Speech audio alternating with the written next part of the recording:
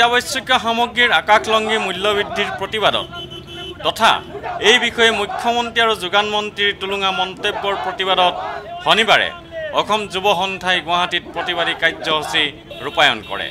উল্লেখ্য যে কেইদিনমান আগতে মুখ্যমন্ত্ৰীয়ে মন্তব্য কৰিছিল মানুহে কীট পতংগ খাব লাগে কিয়নো ইয়াত বেছি প্ৰটিন পোৱা যায়। এই মন্তব্যৰ তীব্ৰ বিৰোধিতা কৰি অসম যুৱ সন্থাৰ কামৰূপ জিলা সমিতিয়ে মুখ্যমন্ত্ৰীগৰাকীৰ প্ৰতিকৃতি হ্ৰাস কৰে। লগতে তেওঁলোকে অভিযোগ কৰে মুখ্যমন্ত্ৰীয়ে এই মন্তব্যৰে অসমবাসীক চৰম অপমান কৰিছে আৰু সিন্ডিকেট ৰাজক উৎসাহ যোগাইছে। মুখ্যমন্ত্ৰীৰ মন্তব্যই প্ৰমাণ কৰিলে তেওঁ সিন্ডিকেটৰ লগত জড়িত।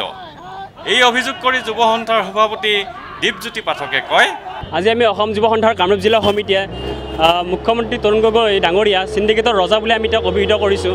কাৰণ তেওঁৰ তিনিটা কাৰ্যকালত অসমবাসী ৰাইজে মূল্য বৃদ্ধিৰ সম্পূৰ্ণভাৱে জুৰুলা হৈ পৰিছে আৰু তেওঁ সিদিনাখন বিধানসভাত কৈছে যে অসমৰ ৰাইজে পুষ্টিকৰ খাদ্য হিচাপে কীট পতংগ খাব লাগে বুলি তেওঁ যি অসমবাসী ৰাইজক অপমান কৰিছে তাৰ আমি তীব্ৰ বিৰোধিতা কৰিছোঁ। আৰু তেওঁ এজন অকৰ্মণ্য মন্ত্ৰী এজনক যোগান বিভাগৰ দায়িত্বত দি অসমৰ ৰাইজক জলকলা খুৱাইছে। মূল্য বৃদ্ধি কোনো ধৰণৰ নিয়ন্ত্ৰণ কৰিব পৰা কোনো ধৰণৰ তেওঁৰ চিন্তা চৰ্চা নাই যোগান মন্ত্ৰীজনৰ।